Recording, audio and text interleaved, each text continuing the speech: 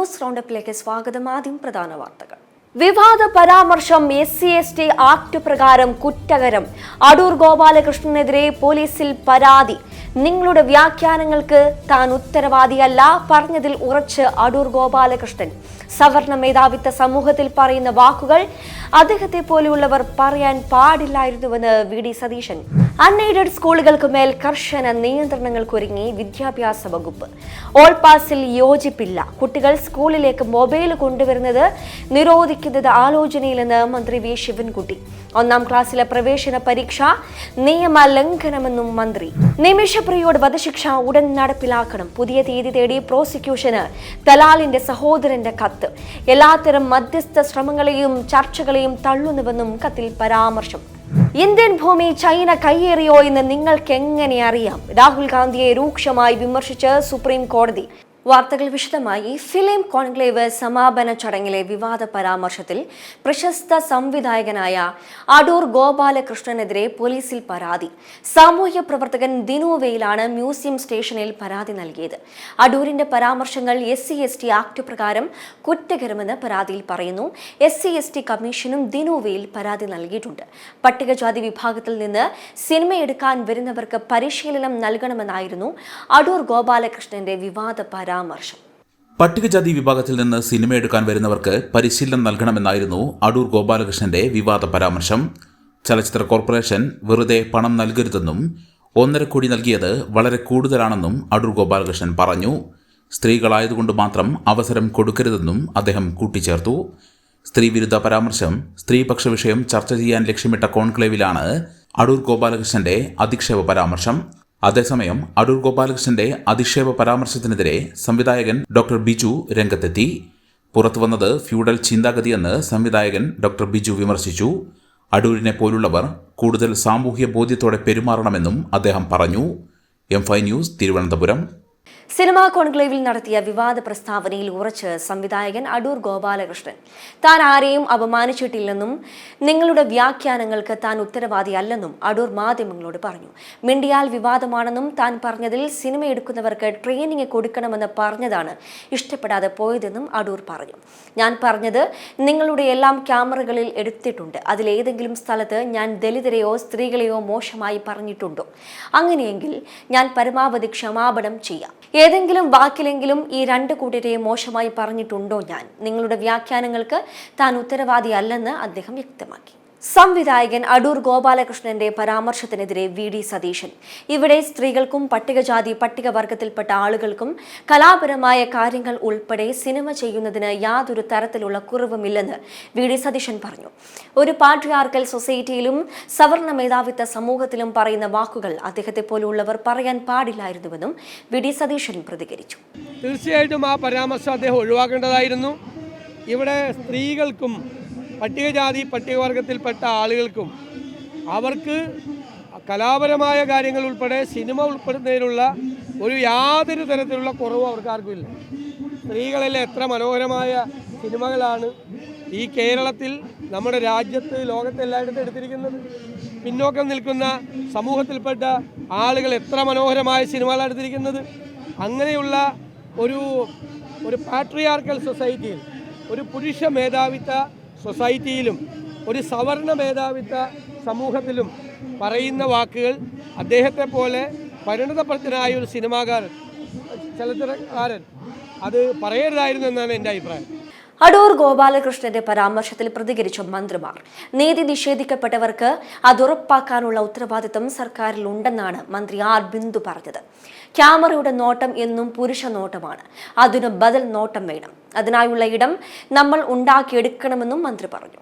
സ്ത്രീകൾക്കും പട്ടികജാതി വിഭാഗങ്ങളിലുള്ളവർക്കും അവരുടെ സർഗാത്മക കഴിവുകൾ പ്രകടിപ്പിക്കുന്നതിനാവശ്യമായ ഫണ്ട് സർക്കാർ നൽകുന്നതിൽ തെറ്റില്ലെന്ന് R ബിന്ദു പറഞ്ഞു. സിനിമ നിർമ്മിക്കുക പണച്ചിലവേറിയ പ്രക്രിയയാണ്. അതിനായി ഫണ്ട് നൽകുന്നതിൽ ഒരു തെറ്റുമില്ലെന്നും മന്ത്രി വ്യക്തമാക്കി. അടൂർ പറഞ്ഞതിൽ ദുരുദ്ദേശമുണ്ടെന്ന് കരുതുന്നില്ലെന്നായിരുന്നു മന്ത്രി VN വാസവന്റെ പ്രതികരണം. അടൂർ പറഞ്ഞതിനെ വളച്ചൊടിച്ച് വിവാദമാക്കുകയാണ് ചെയ്തത്.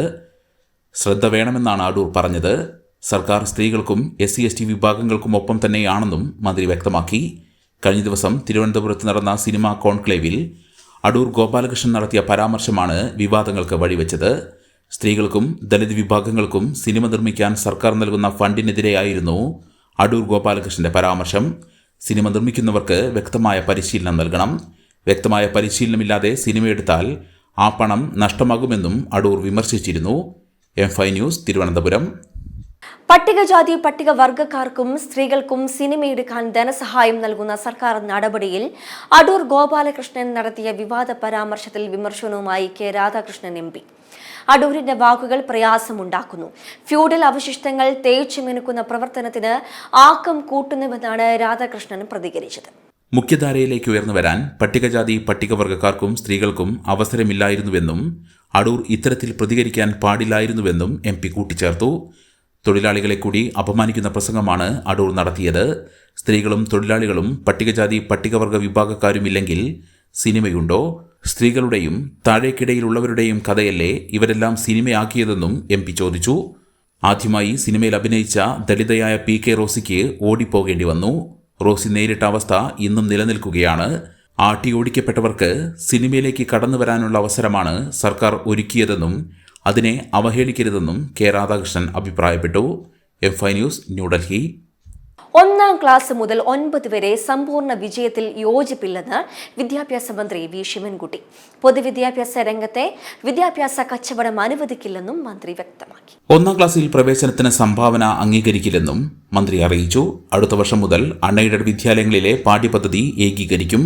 അധ്യാപകരുടെ വിദ്യാഭ്യാസ യോഗ്യത പരിശോധന വിധേയമാക്കുമെന്നും വിദ്യാഭ്യാസ മന്ത്രി വ്യക്തമാക്കി. വിദ്യാർത്ഥികൾ സ്കൂളിലേക്ക് മൊബൈൽ ഫോൺ കൊണ്ടുവരുന്നത് നിരോധിക്കുന്നത് ആലോചനയിലാണെന്നും മന്ത്രി അറിയിച്ചു. സ്കൂൾ വേനൽ അവധിക്കാലം മാറ്റുന്നതിൽ ചർച്ച മുന്നോട്ട് വെച്ചതിന് പിന്നാലെയാണ് പുതിയ ആശയങ്ങൾ വിദ്യാഭ്യാസ മന്ത്രി അവതരിപ്പിക്കുന്നത്. യമനിൽ ജയിലിൽ കഴിയുന്ന മലയാളി നഴ്സ് നിമിഷപ്രിയയുടെ വധശിക്ഷ നടപ്പാക്കാൻ പുതിയ തീയതി തേടി പ്രോസിക്യൂഷന് തലാലിന്റെ സഹോദരന്റെ കത്ത്. എല്ലാത്തരം മധ്യസ്ഥ ശ്രമങ്ങളെയും ചർച്ചകളെയും തള്ളുന്നുവെന്നാണ് കത്തിൽ പറയുന്നത്. വധശിക്ഷ നീട്ടിവച്ചിട്ട് 1.5 മാസം കഴിഞ്ഞെന്നും കത്തിൽ ഓർമ്മപ്പെടുത്തുന്നു. അതേസമയം നിമിഷപ്രിയയുടെ വധശിക്ഷ റദ്ദായെന്ന അവകാശവാദത്തിന്റെ പേരിൽ തർക്കം കടുക്കുകയാണ്. നിമിഷപ്രിയയുടെ വധശിക്ഷ റദ്ദാക്കുമെന്ന് തന്നെയാണ് പ്രതീക്ഷിക്കുന്നതെന്നാണ് കാന്തപുരം AP അബൂബക്കർ മുസ്ലിയാരുടെ ഓഫീസ് അറിയിക്കുന്നത്. എന്നാൽ ഇത്തരം കാര്യങ്ങളിൽ ഔദ്യോഗിക സ്ഥിരീകരണമില്ലെന്നാണ് കേന്ദ്ര സർക്കാർ വൃത്തങ്ങളുടെ പ്രതികരണം. അതിനിടെ വധശിക്ഷ റദ്ദായെന്ന പ്രചരണങ്ങൾക്കെതിരെ ഇവാഞ്ചലിസ്റ്റ് നേതാവ് ഡോക്ടർ K. പോളും രംഗത്തെത്തിയിരുന്നു. വധശിക്ഷ റദ്ദായെന്ന അവകാശവാദത്തിൽ കാന്തപുരം മാപ്പ് പറയണമെന്നായിരുന്നു K. പോളിന്റെ ആവശ്യം. 2017 ജൂലൈ 25-ന് യമനിൽ ജോലി ചെയ്യുന്നതിനിടെ സ്വന്തമായി ക്ലിനിക്ക് തുടങ്ങാൻ സഹായ വാഗ്ദാനവുമായി വന്ന യമൻ പൗരൻ തലാൽ അബ്ദു മഹദിയെയാണ് നിമിഷപ്രിയ കൊലപ്പെടുത്തിയത്. നിമിഷപ്രിയയുടെ പാസ്പോർട്ട് പിടിച്ചെടുത്ത് നടത്തിയ ക്രൂരപീഡനമാണ് കൊലപാതകത്തിലേക്ക് നയിച്ചതെന്നായിരുന്നു നിമിഷയുടെ വാദം. തലാലിന് അമിത ഡോസ് മരുന്ന് കുത്തിവെച്ചാണ് കൊലപ്പെടുത്തിയത്. തുടർന്ന് മൃതദേഹം വീടിന് മുകളിലെ ജലസംഭരണിയിൽ ഒളിപ്പിക്കുകയായിരുന്നു. News desk, M5 news. അപകീർത്തി കേസ് റദ്ദാക്കണമെന്നാവശ്യപ്പെട്ട് നൽകിയ ഹർജി പരിഗണിക്കവേ പ്രതിപക്ഷ നേതാവ് രാഹുൽ ഗാന്ധിയെ രൂക്ഷമായി വിമർശിച്ച സുപ്രീം കോടതി. 2000 കിലോമീറ്ററോളം ഇന്ത്യൻ ഭൂമി ചൈന കയ്യേറിയെന്ന് നിങ്ങൾ എങ്ങനെ അറിഞ്ഞുവെന്ന് ചോദിച്ച കോടതി, നിങ്ങളൊരു യഥാർത്ഥ ഇന്ത്യക്കാരനാണെങ്കിൽ ഇങ്ങനെ പറയുകയില്ലായിരുന്നുവെന്നും തുറന്നടിച്ചു. ഇന്ത്യൻ ആർമിയുമായി ബന്ധപ്പെട്ട പരാമർശത്തിലെടുത്ത അപകീർത്തി കേസ് റദ്ദാക്കണമെന്നായിരുന്നു രാഹുലിന്റെ ആവശ്യം. ഇന്ത്യയുടെ 2000 ചതുരശ്ര കിലോമീറ്റർ ഭൂമി ചൈനയ്ക്ക് അടിയറവ് വെച്ചെന്ന് ഭാരത് ജോഡോ യാത്രാവേളയിൽ നടത്തിയ പരാമർശത്തിന്മേലായിരുന്നു അപകീർത്തി കേസെടുത്തത്. ജസ്റ്റിസ് ദീപങ്കർ ദത്തയും ജസ്റ്റിസ് AG മസിഫും അടങ്ങുന്ന ബെഞ്ച് ഈ പരാമർശങ്ങൾക്കെതിരെ ശക്തമായ എതിർപ്പ് രേഖപ്പെടുത്തി. 2020 ജൂണിൽ ലഡാക്കിലെ ഗൽവാൻ താഴ്വരയിലുണ്ടായ സംഘർഷങ്ങളെയും 20 ഇന്ത്യൻ സൈനികരുടെ മരണത്തെയും കുറിച്ചായിരുന്നു പരാമർശം. സംഘർഷത്തിന് ശേഷം 2000 ചതുരശ്ര കിലോമീറ്റർ ഇന്ത്യൻ പ്രദേശം ചൈന കീഴടക്കിയെന്നായിരുന്നു പരാമർശം. ഇതിന് നരേന്ദ്രമോദി സർക്കാരിനെതിരെയാണ് താൻ കുറ്റപ്പെടുത്തിയതെന്നും രാഹുൽ ഗാന്ധി അവകാശപ്പെട്ടിരുന്നു. ക്രിമിനൽ പരാതിയിൽ പോലീസ് രാഹുൽ ഗാന്ധിക്ക് മുൻകൂട്ടി വാദം കേൾക്കാൻ അനുവാദം നൽകാതെ കേസെടുത്തതുൾപ്പെടെയുള്ള നടപടിക്രമങ്ങളിലെ പിഴവുകൾ സിംഗ്വി ചൂണ്ടിക്കാട്ടി. ഇതോടെയാണ് കേസ് റദ്ദാക്കണമെന്ന രാഹുൽ ഗാന്ധിയുടെ അപേക്ഷയിൽ സുപ്രീംകോടതി നോട്ടീസ് അയച്ചത്. ലയണൽ മെസ്സി കേരളത്തിലേക്ക് വരില്ലെന്ന് സ്ഥിരീകരിച്ച് കായിക മന്ത്രി വി അബ്ദുറഹിമാൻ. ഈ ഒക്ടോബറിൽ മെസ്സിയെ എത്തിക്കാനുള്ള ശ്രമമാണ് നടത്തിയിരുന്നത്. എന്നാൽ ഒക്ടോബറിൽ എത്താൻ കഴിയില്ലെന്ന് ബന്ധപ്പെട്ടവർ അറിയിക്കുകയായിരുന്നു. ഒക്ടോബറിൽ മാത്രമേ എത്തിക്കാൻ കഴിയൂവെന്ന് സ്പോൺസർമാരും പറഞ്ഞതോടെ ഇതിഹാസ താരം എത്തില്ലെന്ന് ഉറപ്പായി. അർജന്റൈൻ ടീം എത്തുന്നതിനായുള്ള കരാറിന്റെ ആദ്യ ഗഡു നൽകിയിരുന്നു. ഈ വർഷം ഒക്ടോബറിൽ മെസ്സി ഉൾപ്പെടെയുള്ള അർജന്റൈൻ ഫുട്ബോൾ ടീം കേരളത്തിൽ പന്ത് തട്ടാൻ എത്തുമെന്നായിരുന്നു നേരത്തെ മന്ത്രി പ്രഖ്യാപിച്ചിരുന്നത്. കന്യാസ്ത്രീകളുടെ അറസ്റ്റിൽ പ്രതിഷേധിച്ചുള്ള സമരങ്ങളെ സംബന്ധിച്ച് ഗുരുതര ആരോപണവുമായി ഷോൺ ജോർജ്. സഭകളുടെ പ്രക്ഷോഭങ്ങളിൽ SDPIയും ജമാഅത്തെ ഇസ്ലാമിയും നുഴഞ്ഞു കയറിയെന്ന് ഷോൺ ജോർജ് പറഞ്ഞു. കേരളത്തിലെ 9 ഇടങ്ങളിലെ പ്രതിഷേധങ്ങളിൽ സാന്നിധ്യമുണ്ടായി. പൊളിറ്റിക്കൽ ഇസ്ലാമിന്റെ നുഴഞ്ഞു കയറ്റത്തിൽ സഭകൾ ജാഗ്രത പാലിക്കണം. സമരത്തെ ഹൈജാക്ക് ചെയ്യാൻ SDPI ഇടപെട്ടുവെന്നും കണ്ണൂർ, തലശ്ശേരി, കോഴിക്കോട്, കോട്ടയം, അങ്കമാലി, തിരുവല്ല, പത്തനംതിട്ട, മാനന്തവാടി, എറണാകുളം എന്നിവിടങ്ങളിലാണ് നുഴഞ്ഞു കയറിയതെന്നും ഷോൺ ജോർജ് വാർത്താ സമ്മേളനത്തിൽ പറഞ്ഞു. ലോകത്ത് ഏറ്റവും പാരമ്പര്യമുള്ള 2000 വർഷത്തോളം പാരമ്പര്യമുള്ള ക്രൈസ്തവ സഭയാണ് കേരളത്തിലുള്ളത്. ലോകമെമ്പാടുമുള്ള മിഷണറിമാരെ സംഭാവന ചെയ്യുന്നതിലും ലോകമെമ്പാടും ക്രൈസ്തവ സഭയെ കെട്ടിപ്പടുക്കുന്നതിലും വലിയ സംഭാവന നൽകിയ ചരിത്രമാണ് കേരളത്തിനുള്ളത്.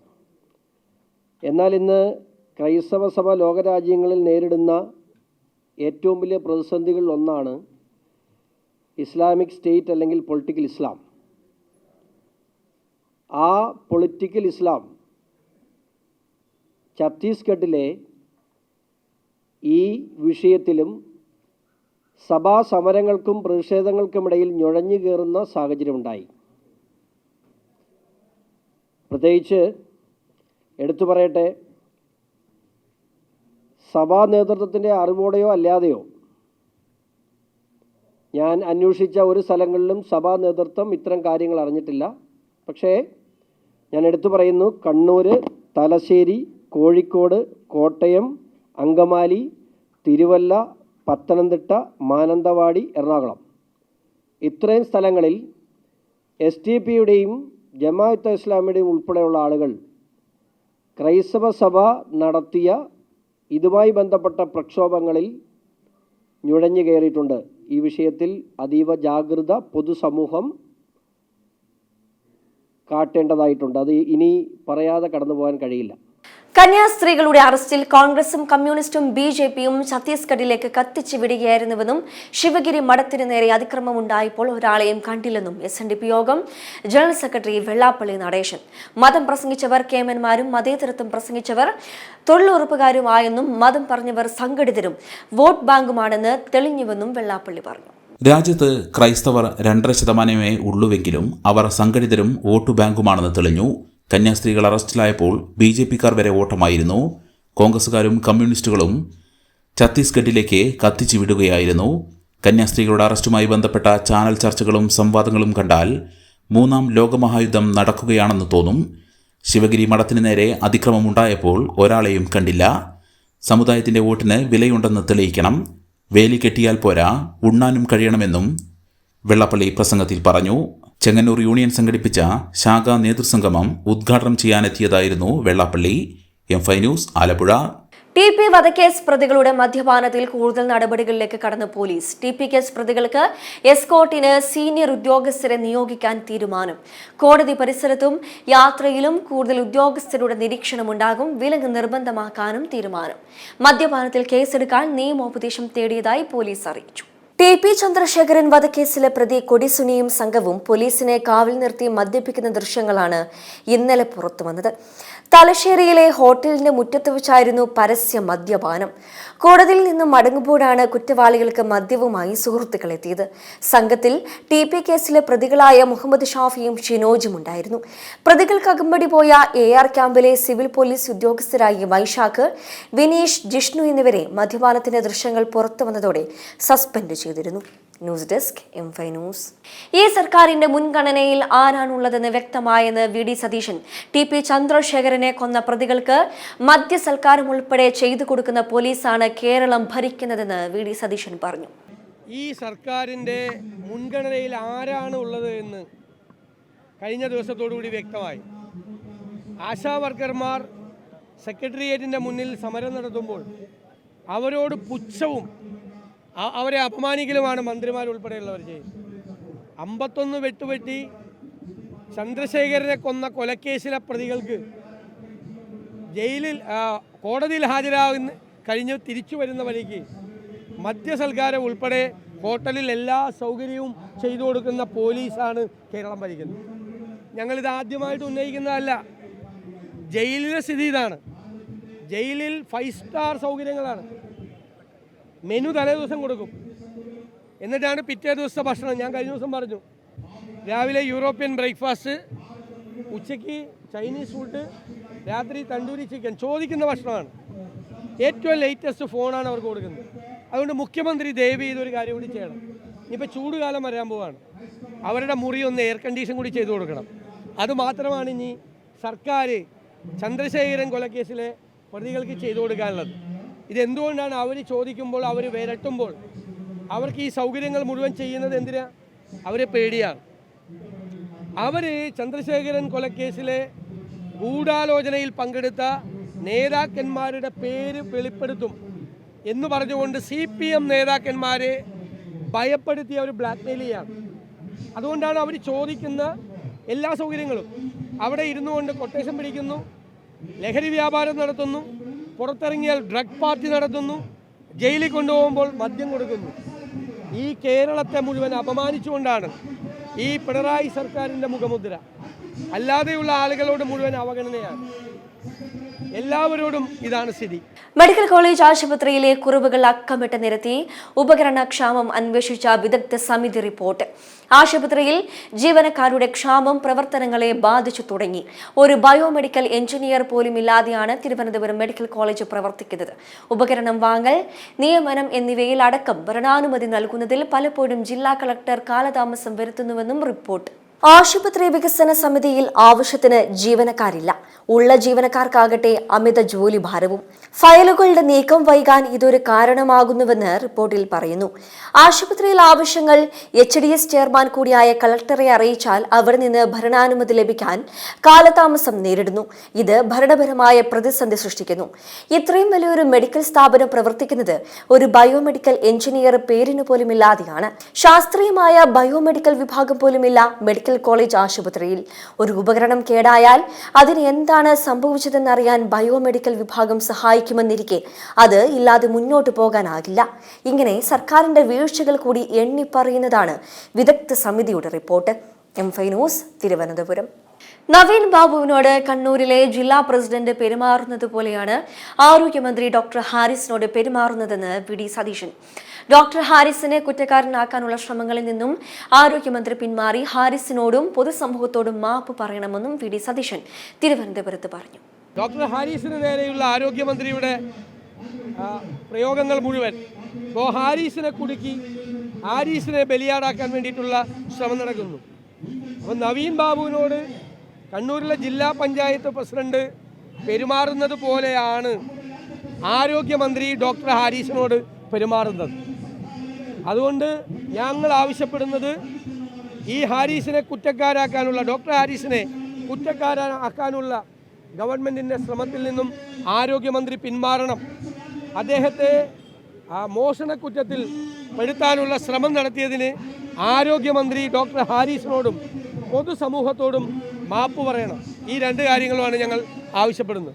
വെളിച്ചെണ്ണ വില ഇനിയും കുറയുമെന്ന് ഭക്ഷ്യവകുപ്പ് മന്ത്രി GR അനിൽ. ഓണത്തിന് ഒരു കാർഡിന് സബ്സിഡി നിരക്കിൽ 2 ലിറ്റർ വെളിച്ചെണ്ണ നൽകുമെന്നും മന്ത്രി പറഞ്ഞു. വിപണിയിലെ മോശം വെളിച്ചെണ്ണ കണ്ടെത്താൻ ഭക്ഷ്യസുരക്ഷാ വകുപ്പ് പരിശോധന കർശനമാക്കുമെന്നും മന്ത്രി പറഞ്ഞു. വിൽപ്പന വിലയിലുള്ള വെളിച്ചെണ്ണ കൊടുക്കുന്നതിന് പുറമെ വില കൂടുതലുള്ള വെളിച്ചെണ്ണയും വാങ്ങാൻ കഴിയും. അതിനും വിലക്കുറവ് ഏർപ്പെടുത്തിയിട്ടുണ്ട്. ഓണത്തിന് ഒരു കാർഡുകാരന് 1 കിലോ വെളിച്ചെണ്ണ സബ്സിഡി റേറ്റായ 349 രൂപയ്ക്ക് ലഭിക്കും. അതേ കാർഡുകാരന് ഓണത്തിന് മുന്നോടിയായി 4-ാം തീയതി വരെ സബ്സിഡി നിരക്കിൽ വീണ്ടും വാങ്ങിക്കാമെന്നും മന്ത്രി വ്യക്തമാക്കി. കേരളത്തിലെ കായിക അധ്യാപക സംഘടനയുടെ നേതൃത്വത്തിൽ സെക്രട്ടേറിയറ്റിലേക്ക് മാർച്ചും ധർണയും നടത്തി. സർക്കാർ എയ്ഡഡ് വിദ്യാലയങ്ങൾക്ക് ബാധകമാക്കി കായിക അധ്യാപക സംരക്ഷണ ഉത്തരവ് പുനഃസ്ഥാപിക്കുക. UPHS തസ്തികാ നിർണയ മാനദണ്ഡങ്ങൾ കാലോചിതവും ശാസ്ത്രീയവുമായി പരിഷ്കരിക്കുക. ഹയർ സെക്കൻഡറി കായിക അധ്യാപക തസ്തിക അനുവദിച്ച പ്രമോഷനും നിയമനവും നടപ്പിലാക്കുക. മുഴുവൻ വിദ്യാലയങ്ങളിലും കായിക അധ്യാപകരെ നിയമിച്ച് ആരോഗ്യ കായിക വിദ്യാഭ്യാസം നിർബന്ധ പാഠ്യവിഷയമാക്കുക തുടങ്ങിയ നിരവധി ആവശ്യങ്ങൾ ഉന്നയിച്ചാണ് കേരളത്തിലെ മുഴുവൻ കായിക അധ്യാപക സംഘടന സെക്രട്ടേറിയറ്റിലേക്ക് മാർച്ച് നടത്തിയത്. വിവിധ ആവശ്യങ്ങൾ ഉന്നയിച്ച് ലൈഫ് ഗാർഡ് ജീവനക്കാർ സെക്രട്ടേറിയറ്റിലേക്ക് മാർച്ചും ധർണയും സംഘടിപ്പിച്ചു. ധർണ പ്രതിപക്ഷ നേതാവ് VD സതീശൻ ഉദ്ഘാടനം ചെയ്തു. കാസർഗോഡ് ജില്ലയിലെ ബേക്കൽ മുതൽ വിഴിഞ്ഞം പൂവാർ കടപ്പുറം വരെയുള്ള തീരദേശ മേഖലയിൽ 30 വർഷത്തിലേറെയായി സഞ്ചാരികളുടെ ജീവൻ രക്ഷാപ്രവർത്തനങ്ങളിൽ ഏർപ്പെട്ട് ജോലി ചെയ്യുന്ന ലൈഫ് ഗാർഡുമാരുടെ ജീവിതവും തൊഴിലന്തരീക്ഷവും അത്യന്തം ദയനീയതയിലേക്ക് നീങ്ങുന്ന സാഹചര്യത്തിലാണ് ഗത്യന്തരമില്ലാതെ പ്രത്യക്ഷ സമരത്തിന് നിർബന്ധിതരായിരിക്കുന്നത്. അധികാരികൾക്ക് നിരവധി തവണ നിവേദനങ്ങൾ നൽകിയും സമരങ്ങളും സത്യാഗ്രഹങ്ങളും നടത്തിയും വിഷയം ബന്ധപ്പെട്ടവരുടെ ശ്രദ്ധയിൽ കൊണ്ടുവന്നെങ്കിലും അധികാരികൾ കടലിന്റെ മക്കളുടെ രോദനം കേൾക്കുന്നില്ലെന്നും പ്രശ്നങ്ങൾ കണ്ണു തുറന്ന് കാണുന്നില്ലെന്നും ഇവർ ആരോപിച്ചു. ലൈഫ് ഗാർഡുമാർക്ക് അർഹമായ ശമ്പളമില്ല, ചികിത്സാ സൗകര്യങ്ങളോ പെൻഷനോ പ്രൊവിഡന്റ് ഫണ്ട് പോലുള്ള സാമൂഹ്യ സുരക്ഷാ പദ്ധതികളോ ഇല്ല, സേവനത്തിനിടെ മരിച്ചാൽ ആശ്വാസധനമില്ല, സഹായമില്ല, ആശ്രിത നിയമനമില്ല, ഉണ്ടായിരുന്ന ഫുഡ് അലവൻസും യൂണിഫോം വാഷിംഗ് അലവൻസും നിർത്തൽ ചെയ്തു. കടലിൽ അകപ്പെട്ടു പോകുന്ന സഞ്ചാരികളെ രക്ഷിക്കുന്നതിനുള്ള ജീവൻ രക്ഷാ ഉപകരണങ്ങൾ നൽകിയിട്ട് വർഷങ്ങളായി. 60 വയസ്സുവരെ സേവനം ചെയ്യുന്നവർ വിരമിക്കുമ്പോൾ അവസാന ദിവസത്തെ ദിവസക്കൂലി മാത്രം വാങ്ങി വിരമിക്കേണ്ടി വരുന്നു. കൃത്യമായ ശമ്പളമില്ല, പെൻഷൻ ആനുകൂല്യങ്ങളില്ല, പ്രൊവിഡന്റ് ഫണ്ടില്ല, ചികിത്സാ സൗകര്യങ്ങളില്ല. അപകടം വന്ന് ജോലി ചെയ്യുന്നതിനിടയിൽ അപകടം വന്ന് മരിച്ചാൽ യാതൊരു സഹായധനവുമില്ല. നിങ്ങൾ 60 വയസ്സാവുമ്പോൾ റിട്ടയർ ചെയ്താൽ ആ റിട്ടയർ ചെയ്യുന്ന ദിവസം ആ കൂലി കിട്ടും എന്നല്ലാതെ ഒരു തരത്തിലുള്ള സഹായവുമില്ല. 5 ലക്ഷം രൂപ റിട്ടയർമെന്റ് ബെനിഫിറ്റായി കൊടുക്കാനുള്ള തീരുമാനം എടുത്തെങ്കിലും ആ തീരുമാനം നടപ്പാക്കാത്ത ഒരു സാഹചര്യമാണ് ഇന്ന് സംസ്ഥാനത്തുള്ളത്. അപ്പോൾ നിങ്ങളുടെ ശമ്പള പരിഷ്കരണം നടത്തണം, നിങ്ങൾക്ക് പെൻഷൻ ആനുകൂല്യങ്ങൾ നൽകണം, ചികിത്സാ സൗകര്യങ്ങൾ നൽകണം. ജോലിക്കിടയിൽ അപകടം പറ്റിയാൽ തീർച്ചയായും അതിനുള്ള സഹായധനം ഉണ്ടാകണം. ഇതെല്ലാം ഒരു ജോലി ചെയ്യുന്ന ആളുകൾക്ക് മിനിമമായി കൊടുക്കുന്ന കാര്യങ്ങളാണ് കേരളത്തിൽ. ഏത് രംഗത്ത് ജോലി ചെയ്യുന്നവർക്കും മിനിമം കൊടുക്കുന്ന ഒരു കാര്യമാണ്. അപ്പോ ഇത് ചെയ്യാതെ നിങ്ങളോട് പൂർണ്ണമായ അവഗണനയാണ് കാണിക്കുന്നത്. 5 ലക്ഷം രൂപ വിരമിക്കൽ ആനുകൂല്യം അനുവദിക്കാനുള്ള മന്ത്രിതല ചർച്ചയിലെ തീരുമാനം അട്ടിമറിച്ചു. കടൽ തിരയിൽ അകപ്പെട്ട് മരണത്തോട് മല്ലടിച്ച് നിരവധി ജീവനുകൾ രക്ഷിച്ച ലൈഫ് ഗാർഡുമാരുടെ ജീവൻ അപകടത്തിലാക്കുന്ന സ്ഥിതിയിലാണ് സർക്കാർ നടപടികൾ. ഇതിൽ പ്രതിഷേധിച്ചായിരുന്നു അടിയന്തര ആവശ്യങ്ങൾ ഉന്നയിച്ച് ലൈഫ് ഗാർഡുമാർ സെക്രട്ടേറിയറ്റ് മാർച്ചും ധർണയും സംഘടിപ്പിച്ചത്. മാർച്ച് പ്രതിപക്ഷ നേതാവ് VD സതീശൻ ഉദ്ഘാടനം ചെയ്തു. MLA M വിൻസെന്റ് സമര സന്ദേശ പ്രഖ്യാപനം നടത്തി. Lifeguard employees union INTUC president VR Prathapan അധ്യക്ഷത വഹിച്ചു. Working president S Sundaresan, general secretary Rojin Gomez തുടങ്ങിയവർ സമരത്തിന് നേതൃത്വം നൽകി. പാലക്കാട് മണ്ണാർക്കാട് തത്തേങ്ങലത്ത് ജനവാസ മേഖലയിൽ കടുവ ആടിനെ കൊന്നതായി നാട്ടുകാർ. തത്തേങ്ങലം ബാലവാടി പ്രദേശത്ത് ഞായറാഴ്ച വൈകുന്നേരമാണ് സംഭവം. ആടിനെ മേയ്ക്കുന്നതിനിടെ കടുവയുടെ ആക്രമണം ഉണ്ടായതായാണ് നാട്ടുകാർ പറയുന്നത്. ഒരാടിനെ കടിച്ചു കൊന്നതായും മറ്റൊരാടിനെ കടിച്ച് കാട്ടിലേക്ക് കൊണ്ടുപോയതായും മറ്റൊരാടിനെ കടിച്ച് പരിക്കേൽപ്പിച്ചെന്നുമാണ് നാട്ടുകാർ പറയുന്നത്. വിവരം അറിയിച്ചതിനെ തുടർന്ന് വനം വകുപ്പ് ഉദ്യോഗസ്ഥരും RT സംഘവും സ്ഥലത്തെത്തി തിരച്ചിൽ നടത്തിയെങ്കിലും കടുവയും കാട്ടിലേക്ക് പിടിച്ചുകൊണ്ടുപോയി എന്ന് പറയപ്പെടുന്ന ആടിനെയും കണ്ടെത്താനായില്ല. പാലക്കാട് ഒറ്റപ്പാലത്ത് ഭാരതപ്പുഴയിൽ ഒഴുക്കിൽപ്പെട്ട മത്സ്യത്തൊഴിലാളിയുടെ മൃതദേഹം 8 ദിവസങ്ങൾ കഴിഞ്ഞ് കണ്ടെത്തി.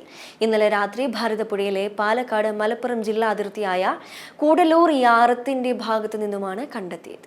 പ്രധാന വാർത്തകൾ ഒരിക്കൽ കൂടി. വിവാദ പരാമർശം SC/ST ആക്ട് പ്രകാരം കുറ്റകരം. അടൂർ ഗോപാലകൃഷ്ണനെതിരെ പോലീസിൽ പരാതി. നിങ്ങളുടെ വ്യാഖ്യാനങ്ങൾക്ക് താൻ ഉത്തരവാദിയല്ല, പറഞ്ഞതിൽ ഉറച്ച് അടൂർ ഗോപാലകൃഷ്ണൻ. സവർണ മേധാവിത്വ സമൂഹത്തിൽ പറയുന്ന വാക്കുകൾ അദ്ദേഹത്തെ പോലെയുള്ളവർ പറയാൻ പാടില്ലായിരുന്നുവെന്ന് VD സതീശൻ. അൺഎയ്ഡഡ് സ്കൂളുകൾക്ക് മേൽ കർശന നിയന്ത്രണങ്ങൾക്കൊരുങ്ങി വിദ്യാഭ്യാസ വകുപ്പ്. ഓൾ പാസിൽ യോജിപ്പില്ല. കുട്ടികൾ സ്കൂളിലേക്ക് മൊബൈൽ കൊണ്ടുവരുന്നത് നിരോധിക്കുന്നത് ആലോചനയിലെന്ന് മന്ത്രി V ശിവൻകുട്ടി. 1ാം ക്ലാസ്സിലെ പ്രവേശന പരീക്ഷ നിയമലംഘനമെന്നും മന്ത്രി. നിമിഷ ലക്ഷ്യപ്രിയയുടെ വധശിക്ഷ ഉടൻ നടപ്പിലാക്കണം. പുതിയ തീയതി തേടി പ്രോസിക്യൂഷന് ദലാലിന്റെ സഹോദരന്റെ കത്ത്. എല്ലാത്തരം മധ്യസ്ഥ ശ്രമങ്ങളെയും ചർച്ചകളെയും തള്ളുന്നുവെന്നും കത്തിൽ പരാമർശം. ഇന്ത്യൻ ഭൂമി ചൈന കയ്യേറിയോ എന്ന് നിങ്ങൾക്ക് എങ്ങനെ അറിയാം? രാഹുൽ ഗാന്ധിയെ രൂക്ഷമായി വിമർശിച്ച് സുപ്രീം കോടതി. ഇതോടെ ന്യൂസ് റൗണ്ട് പൂർണ്ണമാകുന്നു. നമസ്കാരം.